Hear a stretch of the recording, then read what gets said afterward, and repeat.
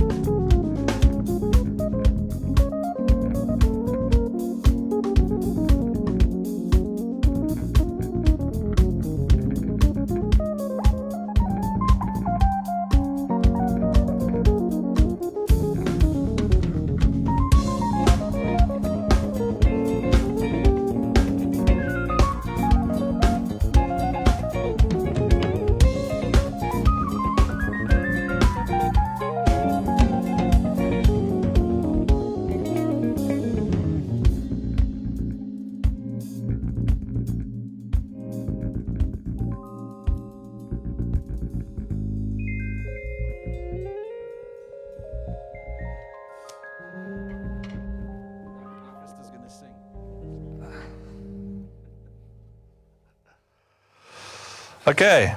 Thanks, guys. Thanks for joining. Yeah. I'm just sitting here. I'll back to you. You're facing the musicians. I'm facing the musicians, yeah. So, how are you guys doing? You're doing good. Very well, thank you. Thank you for joining us today. We say that all. Those of you guys are watching, I don't know what camera I'm on now, one of these. Yeah, so just by making the band big, obviously the vibe gets better. We've got less tracks playing. You started that one out with tracks and then you stopped it. I know it's hard to keep time. I know. Sorry. You know, the sound guys don't often get the mic, so when we have it, we've got to use it. Yeah, those would have been. But thanks, Eddie. Thanks, Lungelo, for joining. Thanks, Cam. Thank you. Marlon, It's a thanks for pleasure. doing this now. This is week one of those. Week 5, yeah. So that's cool. I've been enjoying it. We've been getting some good feedback.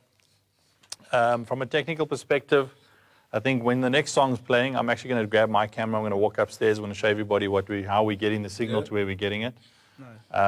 Johan's sitting up in the studio running it through, and he's doing the stream for us. So from my side, last week we had a good conversation going, talking about backline, you know, riders especially. And Carlo had his say, and Kurt had his say. But it's nice having different perspective from guys. I mean, Eddie, you tour around a lot. You do church work, you do Afrikaans work, you do quite a bit. Lungelo, you also do a lot of Afrikaans work, eh? No, but on the gospel scene, you know, but it's from your side, you've got quite a unique skill, seeing that you're like the best organ player on the continent.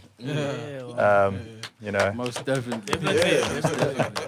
and for those guys watching, I'm going to do a session with Lungelo. I spoke to him this morning. We're going to get Uncle Gorksy in, get us an organ going. Because one of the questions I get a lot is, how do we mic the organ? Especially in a live environment where it's an acoustic instrument, actually. You know, miking it, so we're getting a sound, but not just getting level, getting a nice tone out of it, and without compromising anything else. So we'll do that. And we'll get, we'll set it up and we'll get it going, and we'll see who else we get to play with you. And I think that'll be a nice session to answer some of those questions. But speaking about organs and that kind of stuff, why do you want an organ and not a C2D? The tone is different, that for one. But you've got buttons on the C2D.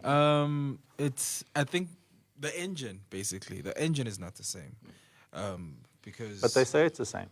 Yeah. I'm arguing they're just gonna say so because, well, at least when the organ is here, I'll be able to show why it's not the same, even though the. So can I bring both? Yeah, we can. We'll demonstrate. Yeah, we can definitely. Okay, I'm just disclaimer. I'm not knocking a C2D. And I don't think you are either. It's just, There's room for both. Like at the moment, we're shooting Gospel Avenue, and Labels there is MD. And it's a small TV set. Everything's contained. So he's playing on the C2D. It's not the feature instrument, but because it's gospel, we need the organ going. But just a little bit more on that. And obviously, I mean, do you feel you can do more on an organ? Feeling-wise? Emotion-wise? I feel I can do more sound-wise because the different drawbars... Just to say briefly, the drawbars, it's not just like an equalizer for somebody who just looks at those 8 draws. It's different tones in terms of notes. Like if I'm playing one note like a C and I'm drawing the first drawbar, it will be like a down octave C. And if I draw the second drawbar, it's like playing a G. If you understand what I mean. So it's different overtones that are basically contributing to one big sound. So you don't need the other musos. So basically, Because I saw there's a percussion button as well, so we don't even need Marlon. it's actually quite crazy, and I like to actually talk about it when it's there. You know how it actually becomes a whole thing. So we'll definitely do it, and we'll be able to hear. Besides the organs, other keyboards. The one question that always comes on, I deal with different artists, and it's weighted and non-weighted. So and then the question is always, well, if it's a piano player, it has to be weighted. If it's a keyboard player, it has to be unweighted. What's the deal there? It's very tricky with me because since I play organ, it has no weight at all. absolutely no weight. It's even lighter than this, you know, because you got to move around. And also the keys themselves, they go all the way down because they have to be smoother. Well, when I play piano, I do like weight because I do play piano as well. But when you do like keyboard stuff, because there's like more...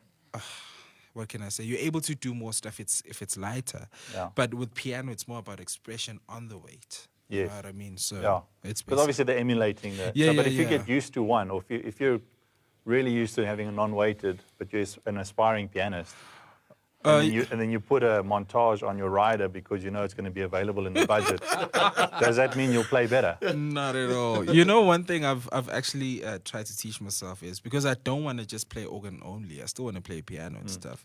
Every now and then I must play piano. Yeah. Because if you play organ... But it's a strength thing as well. Yeah. You lose that strength if you don't do it for a long time. Like if you play a gig and like maybe on the second song, you'll feel a bit like, you know. So you have to get into it. But like the whole keys thing, I think it's more about sound.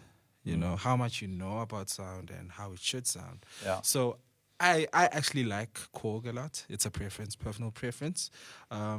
Yeah. What I found with keyboards, I mean, you know, way back from DX7s, which are before your time. Yeah. You know, the navigation, and it's like sound desks as well. Yeah. You get used to a certain navigation style. So I know that Roland, Yamaha, Korg, their interfaces are quite different. And where you find like the basic stuff, and where, if I quickly want to do transpose, which you don't know what that is. It's when someone doesn't know how to. Plus one, plus two. Yeah. You know, on some keyboards that's like the most obvious button. Other keyboards you got to go like 6 levels in. Yeah. You got to move around. Yeah. So, but I mean, just or setting or swapping polarity on a sustain pedal, or you know, there's a completely different navigation. So. True. You can get, if you're used to Korg, you can get some really good tones on a Yamaha. Yeah. But you'll be a lot quicker on the Korg because you understand. And the newer Korgs that come out, you get into them so much quicker. I think just to say something there, the thing with me, why I like Korg a lot, I like it a lot because usually when I'm using keyboards, I'm playing like sounds. You know, it's not necessarily piano or whatever. Usually it's sounds. So Korg has a lot of like patches, synth sounds and all of that, and I just like it for that. But for performance, the performance perspective, I actually am a Nord guy because with Nord, it's not like Korg where there's a lot of presets and whatever. With Korg, you do everything on the spot and right now because of all those knobs. So all the effects... On the Nord, you mean? Yeah. All the effects, they're there, right there. Like the Jupiters, basically, from Roland. Yeah, so I like to do it now. Because if I want to put like, you know... But I mean, that's your organist coming through where you want to I suppose. Because even with the guitarist, you know how... he has a pedal. If he wants to put a crazy effect right now, a delay or whatever, with me playing this Kronos right now, I have to go in buttons. You know, so let's say I'm soloing and I just want to put like a delay or whatever, just for a short second. Now I have to think about it. And something, but in a Nord, it's just one button, knob, gone. Yeah. You know what I mean? No, look, but it comes down to, I mean, I've had many discussions on my talk show now about guys asking what's the best mixer to buy, what's the best this. You know, if you look at it from a church perspective with volunteers playing, and from a pro perspective, the two approaches are completely different. A volunteer needs presets, and he needs visual input to tell him where he is. Where other guys instinctively know where they are, and they can get more complicated in their workflows, and then they create their own workflows. Like kind of my console with the function switches and the control functions and all that. I can really creative, so that when I'm playing, it's very small movements to do big effects. I showed some of it yesterday. So I mean that's the thing, and I think what the reason I'm asking all these questions is because what I'm trying to do is get sound guys and sound companies to realize that when you put Kronos 2 or Jupiter or whatever on a rider, it's not just a preference. There's method in the madness. You know, and it's you think like a lot of guys go, well, duh. But you have to say it because a company that's starting up and buying backline, it's like buying a laptop. You know, when they go VAT and you pay it, it's already out of date. Backline is a lot the same these days. There's so many new things coming out. So it's a massive investment. True. I mean, I don't even want to think what Uncle Gorksy spent over the last 3-4 decades on backline, you know. But it's, so for me as a company, I've chosen not to buy it. I've gone into partnership with SA Backline, with the music room here, and I rent all my gear from him as much as I can, because I know that when I get a rider in, I can just follow the rider. I don't have to, in the back of my mind, think, well, I own X, Y, Z. So hang on, if I can convince him to use this and this and this, I'll make more money. Now, there is room for that in the industry at certain levels, you know, where, especially with festivals, if you do a lot of festivals, then there isn't time for swinging out. So if you've got a range of keyboards and a range of this, and you put it all on the stage, and the guys come on and off, they're playing 3-4 songs, then there's negotiation rights, and you also know what context you're stepping into. You know, so as a bassist, as long as it's working and the tone's great, you know, I can plug in. Whereas if it's your show, It's totally different. it's a completely different scenario. You know? So there has to be, and I think what we came up with last week is quite strongly, it's the communication. If I am supplying and I own X, Y, Z, there's nothing wrong with me asking, would you be happy? Because you're going in there, you know what songs you're going to be playing, all that, and someone phones you and says, listen, I see you've got a Kronos on the thing. I've got a montage. I spent a lot of money on it, you know, what's going in my head. Would it work for you for this one gig? Then it's your call. You know, you can be, but again, depending on the artist you're with, you know that everything's on patches. I'm on my stick. We're going to get there off the airplane. I've got a half an hour sound check. It's going to be a mission. I can't deliver what I need to deliver if it's not a call. Then you say, I can't. But you know, but it's communication. Instead of getting there and the guy says, well, we've got something better, and then you're like, and it just tips your whole boat upside down, you know, because there wasn't communication. So I think that's the key thing guys need to learn, is that you have to communicate. I mean, I've got, when I'm traveling with artists, I'll phone the sound companies days in advance. Then if it's further, I'll phone, especially if it's remote areas, I'll phone well in advance, because if they have to get something in, it's not down the road. It's in the next town, or you know, or I have to bring it. You know, I've flown with little things often because I know they just not. It's not within their budget and what the show's going to be and all that. But it's communication. Instead of getting there and then folding my arms and being upset and now we'll fix it now, send someone to fetch it. You know, it's not going to work. You know, so I think that's what guys need to understand. And from a guitarist point of view, you know, if I had to buy a generic pedal for everybody, what would I buy? No, I'm kidding. That's not going to work. I mean, I've seen guys, you know, go both ways. Whatever amp there is, pull out the overdrive pedal and play their hearts out, and other guys come with pedals. You know, and that's a unique thing for me. I think it's what I've realized with guitarists, and I'm talking now from my perspective, and you can chip in. It's about how well you know what you have. Correct. You know, if you go on Friday and buy a new pedal, your show on Saturday is not just going to be better because you have a new pedal in line. Correct. Because it changes. And from our perspective, we've bought some of the radial SDI DI so we can play the amps so far away and extend it with the thing, because they maintain gain structure. Because your main thing is gain structure. Right. You know, and if we've been doing a sound check now, and then we're quickly going to move the amp. Your scenario changes, but then it means a little bit longer cable, for example. Correct. And that changes your whole pedal board, you know, gain structure-wise. Or we do a whole sound check like this, and then just before DVD shoot, we say, can we put your amp backstage? We've got a long cable. And I've seen guys do that, and they pull out a 20-meter jack to jack. And you plug in, and they turn the volume up, and you're like, but now... And, you know, from a gain structure perspective, guys need to understand that the relationship, it's not pedals plus an amp. It's one thing. You know, that when any adjustment you make on the pedal board is directly related to the gain structure and what you've set on the thing. And if you make a slight change there, if you watch guitars, you'll see they'll go to the amp, change something, come straight back to the pedal board and change something else. Because it's a give and take both ways, you know. So, and then even mic positions and all that kind of stuff. Some guitarists do pay attention. Some sort of just play, and then like drummers, they'll just sit and play, and the mic can be over here. You know, they don't care. He's always on the drummers, guys. Well, I pick on musicians and drummers. Wow. It's funny. But I think from your perspective, just talk us through what happens in your world. Because often, and I do say guitarists, in my opinion, practice more than everybody else because they spend more time and it becomes practice because you're actually not practicing, you're fiddling. You're fiddling and checking But out. you're fiddling within context, so it's different songs, different tones. So when you get to a gig, when you're ready, it can be 5 minutes before the gig and you can go. Yeah. But I need you to play the tones Correct. for my sound check. So, Correct. like even today, I think everybody was ready, and only in the last sort of sound check song, Yeah. you got ready, and then I came and moved the mics, Correct. and then okay, you got up and left. Because you're now happy. Yeah. You know?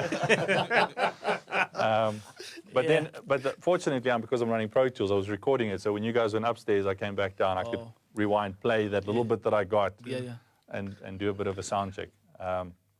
But just give me a little bit from your perspective. How important is it to have the amp with you, and what happens when the amp's not with you? Yeah. So for me personally, playing as an artist, and I'm gonna come from both point of views as a sessionist, playing as backing guitarist, and also as a lead instrument as an artist. So I think from an artist's point of view, playing taking the role as a vocalist or a singer. For me personally, I'm very finicky when it comes to an amp, because that's my voice. I'm not a singer. I can't sing to save my life. So I rely on my instrument and my sound.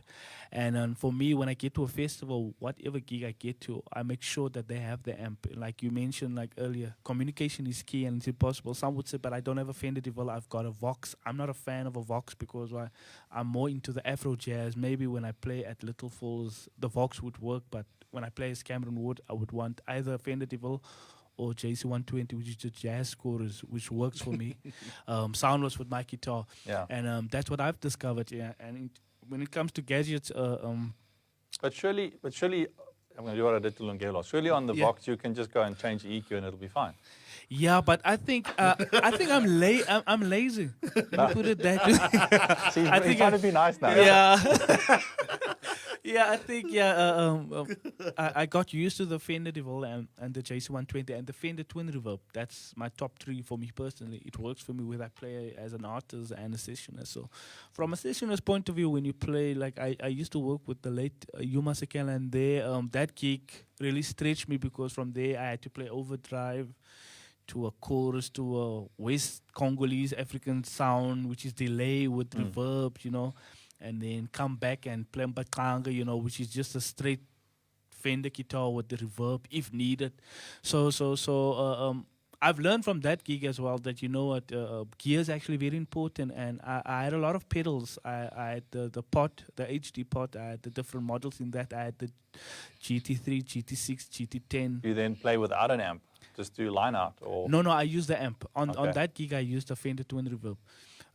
But I've noticed that when you play with different artists, your sound change. You can't come with your sound because you need to kind of accommodate what they want, you know, whether it's a Yuma Sekela gig. But then it's even more important to have what you know works. Oh, definitely. So that you can adapt within that context. Because if you sit with a different artist and it's an amp that you're not used to, you don't know how the little adjustments on your pedals, if you go from this to your reverb, how's your reverb going to sound? Yeah, exactly. All that kind of stuff. Yes.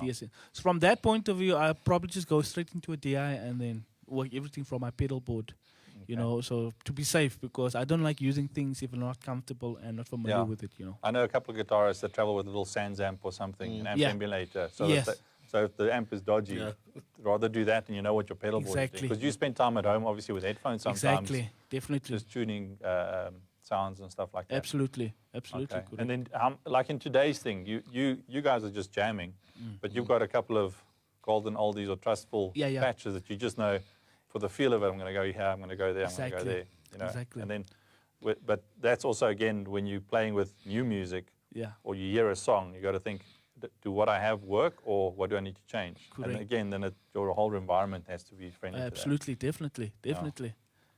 Cool, man. And just quickly, amp on stage, amp off stage. I normally keep it on stage because I get the feel of it. I'm not really a big of a monitor guy or in ears. I prefer the amp on stage with me. If it can be like this next to me, even better. But not too far from me because I feed from the amp. Like you mentioned earlier, the amp and the pedals, it works together. So with I the do a guitar. lot of live recordings. So we put a little screen up here just to get the snare out of it a bit. Yeah. But I mean, I would prefer it away, cranked up. Yeah. Because one thing I've learned from guitar amps, when they when those valves are glowing, that's when they sound the best. Correct. Oh You yeah. know, and definitely. even that changes your tone. So Oh, yeah. I can't ask a guy like you that's used to having an amp at a certain volume, Yeah. move it away, crank it Yeah. up, and now your patches just work. Exactly. That yeah. also doesn't help. Definitely. You know, so definitely. again, that has to be communicated. If you're going to a gig and you know the amp's far from you, Yeah. it changes how you Oh, set up. definitely. You know? It's difficult, but you get used to it. I mean, at the church where I'm playing at Little Falls Christian Center, the amp is, I don't even know where my own amp is. Yeah, it's right, You know- it's right next to the organ. Well, you see now. In the booth at the You back. see, Lungelo.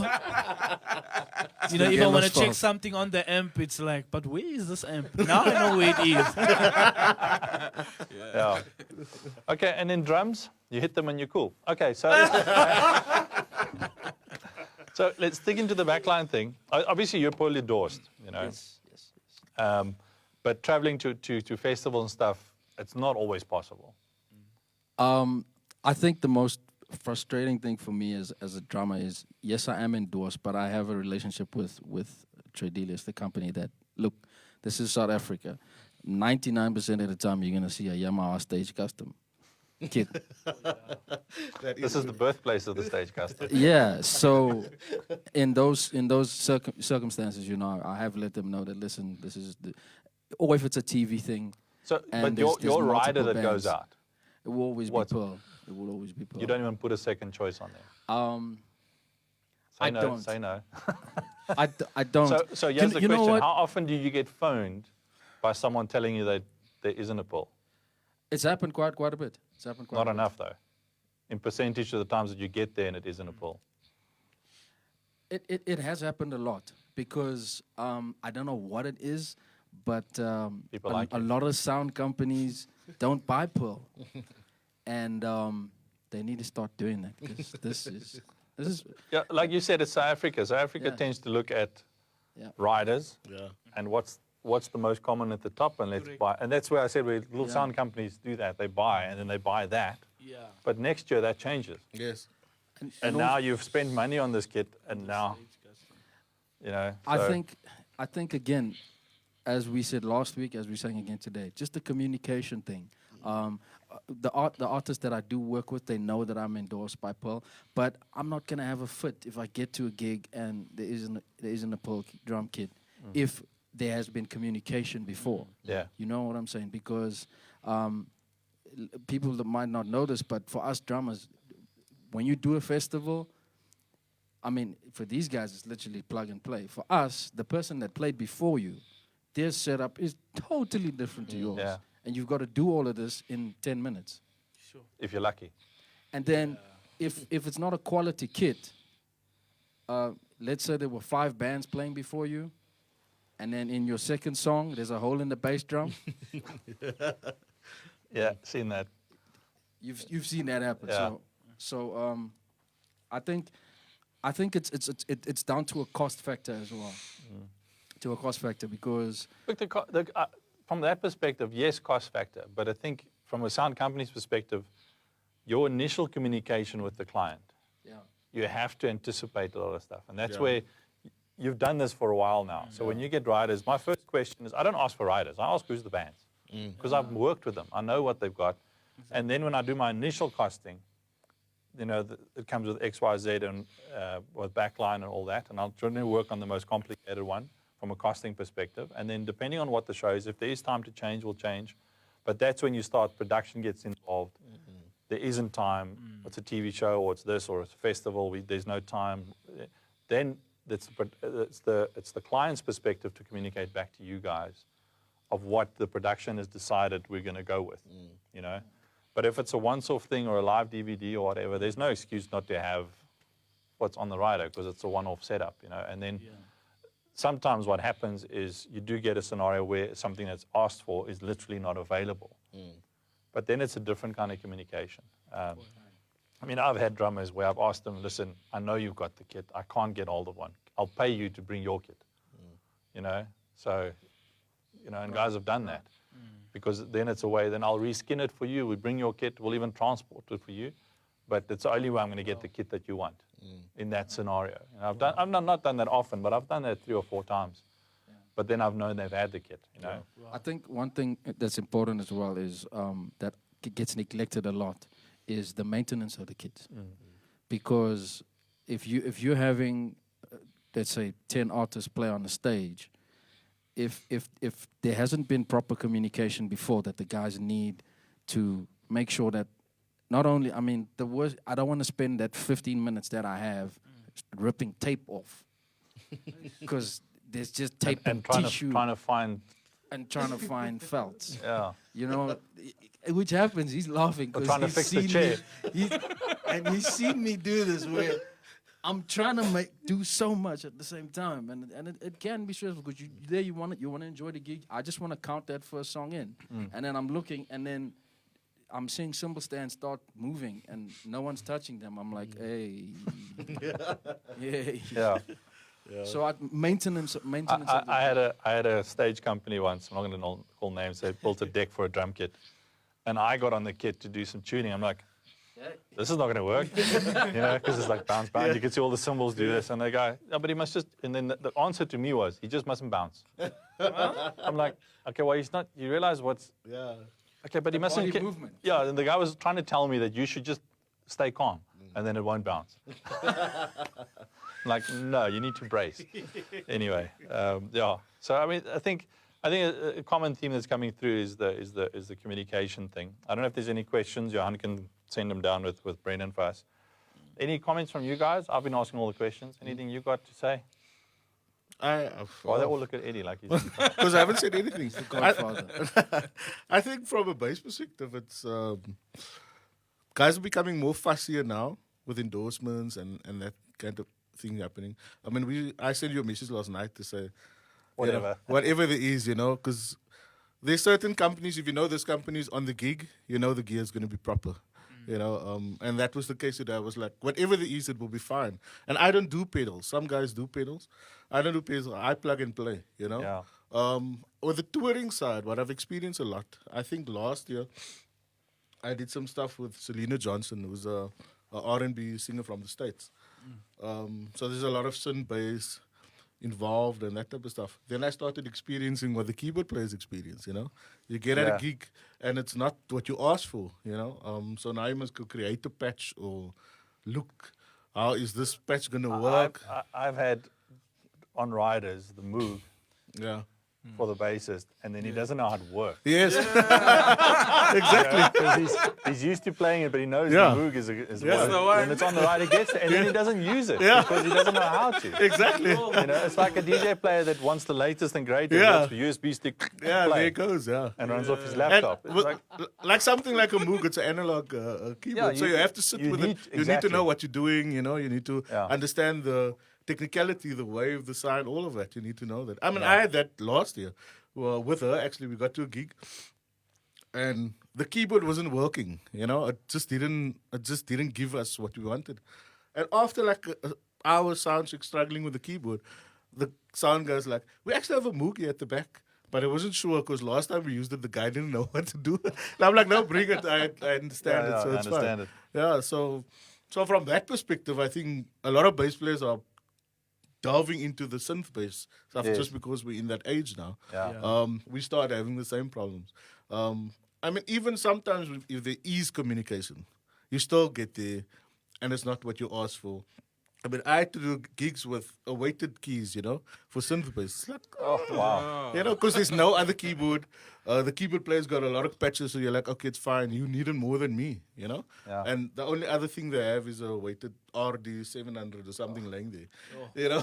It's like at festivals and sometimes youth festivals. It happens. Sometimes you get there and they've really supplied to everybody's tech rider. So every keyboard you can think of is laying there backstage. But sometimes the company just decides, we have this three, and that is what it is. Yeah. And you have to make it work. A lot of the internationals that are traveling these days, especially when they travel far out, they'll put their riders and they'll say they're for our use only. Yeah. So you'll get to the gig and you'll see that's exactly what I need. Exactly. But you're not allowed to touch it. Yeah. Because it's not for you. Yeah. You know, and it's we get that a lot actually. I've had that guys do that with sound desks and stuff, all that as well. Which, depending on the kind of festival, if there's a couple of festivals and they order it right, you can work on the same console. But if the guys need prep time between stuff and all that, then obviously you want time on the console before you go live. So there's Depends on how the setup is and all that kind of stuff. Most of the time with the new consoles, if they're kitted out and all the bells and whistles are there, it's one button and you're ready to go. So, but having said that, I don't want to stand here and then as you guys count in, I press that button and it's the same thing. You got to be ready to do your thing. And then on the bass amp side, with the synth bass and the main bass, 2 amps. I prefer that way. It's just I've seen monitors on stage is not always great, and if the synth bass goes a lot lower than a bass. Yeah. I actually have a question for you there. I've just been curious, especially with synth bass. Why an amp? Because I do think it's the same as a keyboard, or is it like a monitoring? It's a monitoring thing. Because you could just go. If it's India's, if you go from this to that, and all of a sudden your environment changes completely. So you go from having a feel to nothing. Yeah. It's a comfort thing. So if you either no amps or 2 amps. Okay. Yeah. Mostly at festivals now, luckily for us, it has changed. There is normally 2 amps anyway on stage. Just because of demand, someone wants to play. Yeah, they'll put the 2 most common ones there, and then you just end up using both. I just end up using both. But it's exactly that, It's just you're used to having your bass through your monitor and through the amp. And now suddenly you go the next song to synth bass. Which is supposed to be a bigger sound. Yeah, and it just disappears. It's mostly that. Yeah. That's why 2 amps. Yeah. That's a cool one. I don't know if there's any questions. I haven't seen anybody waving at me. I don't even know how long we've been going. Any comments from you guys? I'd like Cameron to talk about his guitar. Yeah. Cameron? Oh, What's her name? Cameron. Just hold it up for the guys to see, man. What's the story about it? This is this guitar. This guitar was built for me about 2 years ago by a great man that I dearly love called Moray Koen in the Radio Corp. So I went on Facebook and I said, because I always wanted my own guitar. And I just went this one day on Facebook and I said, if there's any people that you may know of or on my page, if you build a guitar, please inbox me and let me know. And then another guy, friend of mine, actually messaged me and said, listen, this is the guy I think you would want to connect with. And we linked up and I went to his place and he asked me what is my preference, what would I like, because I do have a lot of guitars, like especially jazz guitars and your solid bodies, and I told him, listen, if I can have my Gibson and everything, I've got a GB10 as well, if I can have all of them in one, playing some overdrive if needed, that would work for me. And I like good looks, because good looks with personality goes together for me. We'll link it. I've actually followed him on Facebook. I've been watching his carpentry is amazing. Yeah. He makes some really good he stuff. asked me what I liked, and I explained to him. And 6 months later, he called me and said, "Listen, come to my place." And I didn't know obviously guitar was for me at the time, so I went there, played the guitar, and from the action to the sound to everything is like in my mind. As I told Marlon, I was like, "But this guitar is actually perfect for me." But I didn't say anything, because he normally builds it for clients overseas. Yeah. And then he says, "Okay, do you have a bag?" I said, "No, I don't have a bag. Why would I come with a guitar bag? I mean, to come and check a guitar." He says, "No, okay, here's a blanket." I said, "What is the blanket for?" And he says, "No, I actually built it for you." And that. Yeah, it's been 2 years. Yeah, and I've been playing all over with this guitar. It's my baby. I actually need to take it back because my name, he wants to put my name here, and also he wants to engrave it, and I would like this to be black. And then that's it. So I played it in for 2 years. It sounds now. amazing. Thank you so much. Yeah, so it's Murray Keen. If you go on Facebook, you call him Moray. I call him Murray Keen. Murray. Koen. Yeah, Koen. Yeah. Murry. Koen. KWN. Yeah, it's Yeah. KWN. Keen, yeah. Yeah. Koen, yeah. It's like a German. I'm Afrikaans, I can't spell. Man. But go check him out. He makes some phenomenal acoustic Definitely. instruments. Just hold it up to one of the cameras, man. Yeah. That's proper. We don't have enough manufacturers in South Africa. Yeah, definitely. And he's top notch. Yeah, he's definitely top. I know Andreas Furtner, the sound guys will know him. He's on PE now. I think he watches every now and again. He's gotten back into his, he makes violins and repairs violins and yeah, stuff. Yeah. Oh, nice. Yeah, definitely. But yeah, cool, man. I have one question. I always wanted to know, Christo. 75. Turn it down. Must the sound always be different in my young experience or personal experience from the amp? What is that? If because I expect, that's why I think I don't like amps, because I expect if you put a mic there, what I hear, what comes out from my amp here, because obviously I set it on my gadgets, on my amp, and then if you put a mic there, I expect it to be on the amp. So 99% is never there. So I always so the amp side, I tend to have a listen. So when you were playing, I actually came here, felt the amp, I moved the mics around, then back that side. So capturing a guitar amp, it's a combination of things. You've got to understand how microphones work, number one, what the kind of mic is, and then listen to the amp, and then you have to place the mic in the right position. And if it's in this scenario, if I stand close to the amp, I'm hearing what you're hearing. So I know that's what you're trying to get. Exactly. If I then mic it up and I walk that side and it sounds different, I need to fix it on this side. Yeah, I can do some EQing and stuff, but I'd rather get it right. Yeah. So at the moment, there's no EQ on that guitar. So what's going out is just straight out. I think I've got a little bit of a low pass, high pass filter on it, just for the low end, and that's it. And because we do so many recording things, we make it a focus that you try, whether it's a drum kit, whether it's whatever it is, you got to capture it right, because then the guy's doing post or mixing. Yeah. You got so much creativity that you can get into because you're not trying to fix anything. Yes. Wow. So it is, and if you hear that, if you're on monitoring and you hear that, that's why I made the comment earlier. A lot of guys don't pay attention to that, but you should. Exactly. You should know that on a Fenderville with an SM57, this is sort of where I want it. So the SM57 has got you can put it on axis, off axis at an angle. Okay. And if you've got the speaker, the more to the side of the speaker you move, the speaker has got a V shape. So your proximity effect, so your low end gets bigger, and your body gets bigger, but your attack gets less. Right. But then if you move to the side, as well as angling it, aiming it to the center, you can retain some attack and bring in the low end. Yeah. Okay. And then if you get there and it's a bit too harsh, by just simply changing the angle or moving in or whatever, there's so many different ways you can EQ by just moving at 57. But then if you've got like the 3000 I've got on the other side, condenser microphone, nice and clean, does not really that susceptible to the proximity. It is a little bit, but again, a completely, so that one is more on the driver. Yeah. The 57, I've got just a little bit off. I've got it about 20% off the center, straight on. Okay. Because your tone, because you're so used to your jazz, you've got a very warm tone already. I don't have to try and get to the warmth. Okay. You're already set at warm. So my 57 is almost straight on. So I can get all the tones going and the attack, but it's already warm. Right. So that's the most accurate way to get your tone through, if you want to call it that. So it's a combination of everything. Sound guys have to listen to the amp. And it's like vocalists. You walk up, you talk to them. So when you hear them on the mic, is that what they actually sound like? Exactly. You know, if the guy, or he sounds a bit nasally, he's got a weird voice. Meanwhile, he's got a cold. Yeah, exactly. You know, it's like you got to get used to that kind of stuff. And I mean, I made the comment with the keyboarders. When you set your voices, the first thing I'm going to do is set gain structures, and then I've got a set level to your cans or whatever. And then when you want a bit more Korg or a bit more motif, I actually sometimes do it on the gain structures. I leave your sends, I do it on gain structures, because then I know when you grab the volumes between your patch sounds, I'm going to get the same mix.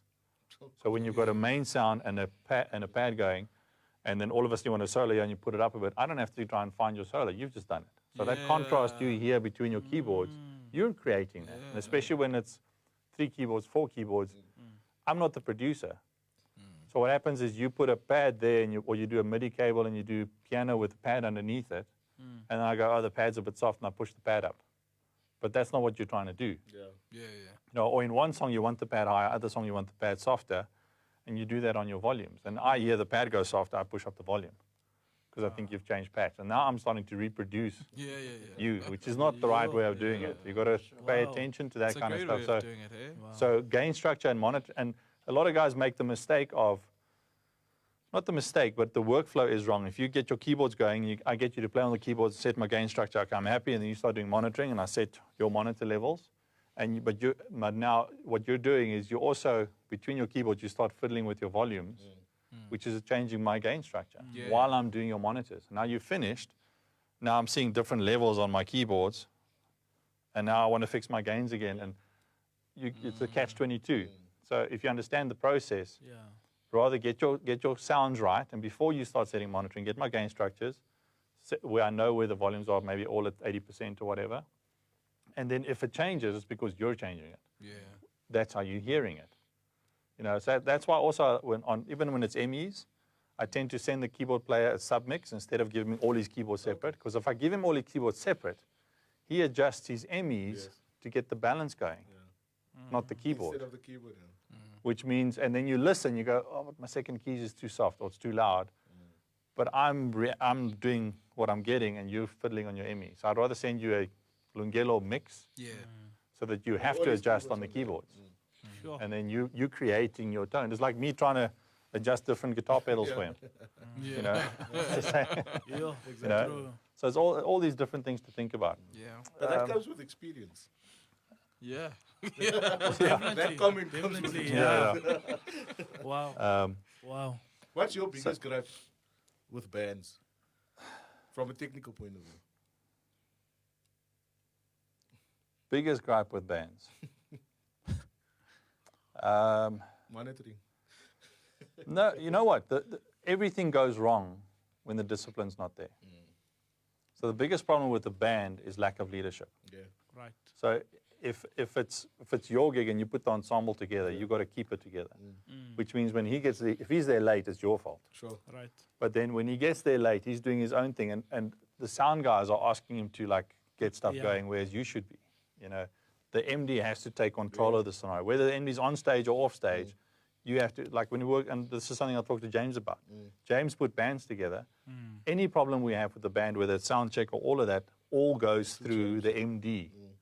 I can talk, on other stuff, I'll go speak to whoever's on keys or bass, and we'll discuss tones and stuff like that. But the main communication has to be centralized, because then everybody's held accountable. You're respecting each other. Because, if you're late, we can get very philosophical about this, but your respect for others is just out the window. And then what happens is the technical is what suffers. So it's that knock-on effect. Yes. By the time you're ready, and you've all seen this, when a muso's fussy, and he gets there, nothing's right, and then everybody's now happy and ready, he's also the first guy that's going to complain about the tone, about the sound, about the monitors, when you go off.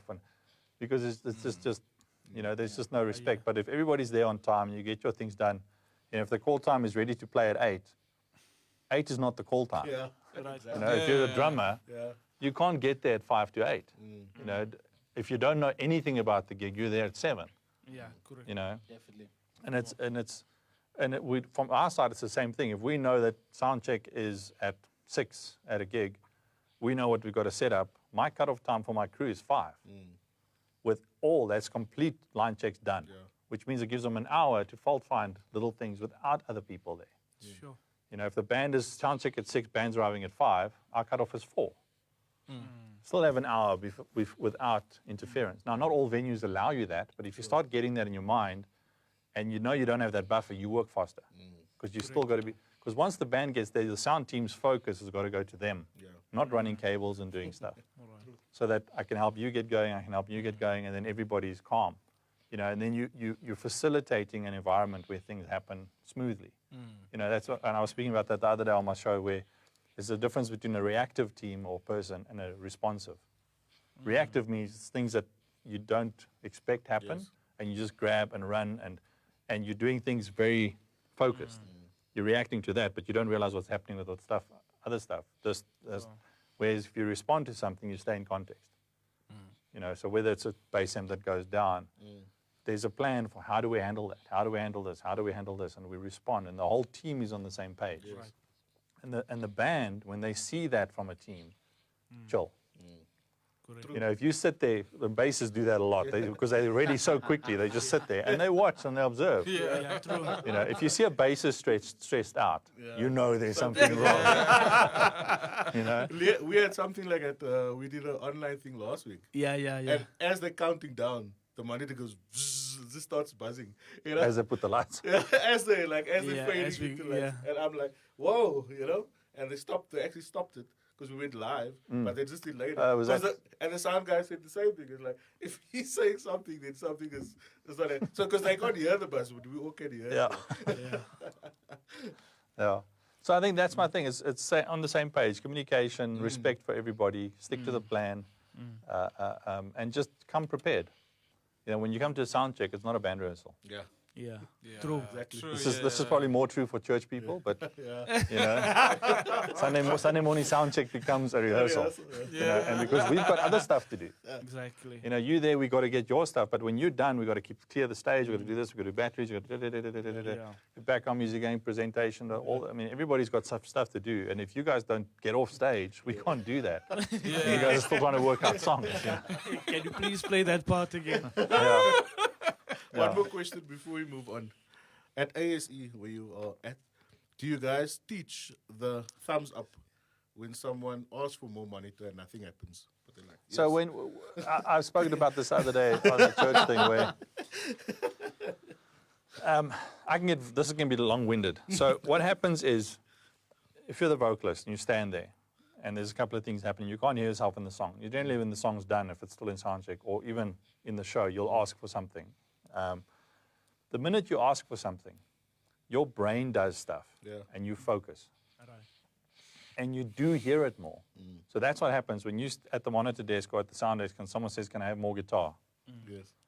I'm still looking for the channel and you go, that's better. Okay? Now, I've not done anything. Your brain has done it. Exactly. Because you're focused. Right. So what happens is there's two things. People now laugh and they go, cool, you know. But in the next song, you're still struggling. Because once you're back in context, you get distracted by, like, I'm still struggling to hear my guitar. Exactly. But now in your mind, he's already made it louder, and then there's confusion. And you'll keep asking. After 3 times you're asking, he keeps saying, but I keep struggling. And then you start fiddling and all that. So what happens is, and what I do personally, I do a lot of monitoring. That happens. Whether it's a vocalist or a piano player or whatever, and they'll ask for more. And I haven't made a change. But they ask for more because of the situation. I'll then not do anything right there and then. I'll wait till their focus shifts, and I'll make the change. And they won't even realize it. Sure. And in the song, and then they're in the song. Now there is a louder change, or it is a change, and they're in context, and they can, in the context now, perceive it. So you need to understand how the human brain works.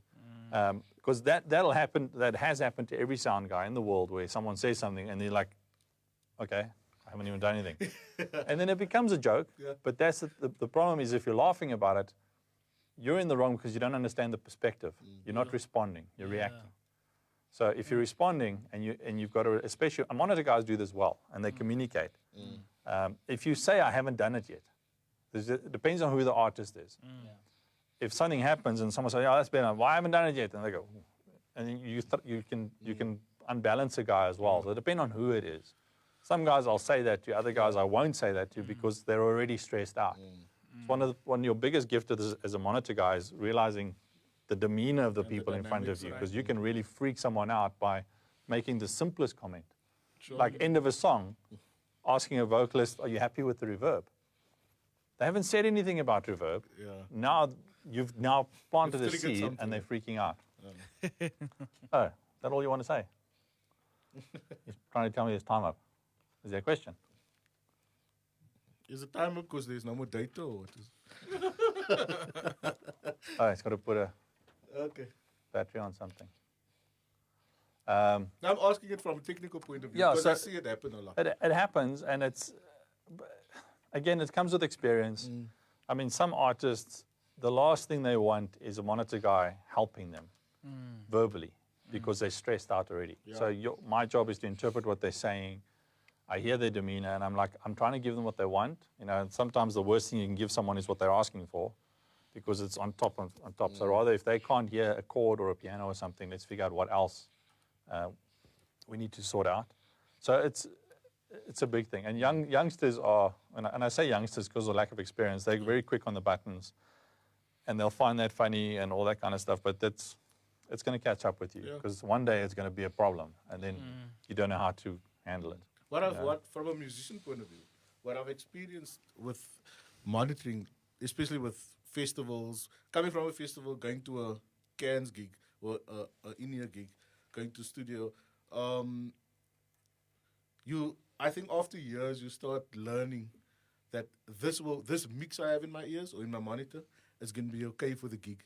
Because also songs has different dynamics, you know. Yeah. In the one song, Marlon might really gooi that kick, you know. And you set your level to that, but in the next song it's not happening because now it's kicking much softer. Yeah. And with experience you actually realize, okay, the keys is fine. It will be a bit loud for the next song, but it's cool.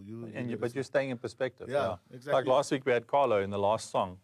His pedal board switched off, but I fortunately, because of what I was doing, I took his guitar straight before I went to the pedal. So I just quickly pushed up so we could all hear him. Wow. But he couldn't hear himself. So he played a whole solo going for it, just trusting that it's there and I'm playing because everybody's still smiling. So obviously they can hear me. You know, and he played the song out and only after he's like, I couldn't even hear myself. Yeah. You know, and and you just, I mean, I've had with vocalists as well where they go on stage and something happens and it's about the performance and they'll just get it done. They'll come off stage and we need to fix something. Yeah. And you won't even know it's happened while they're on stage because they're engaged in the right focus.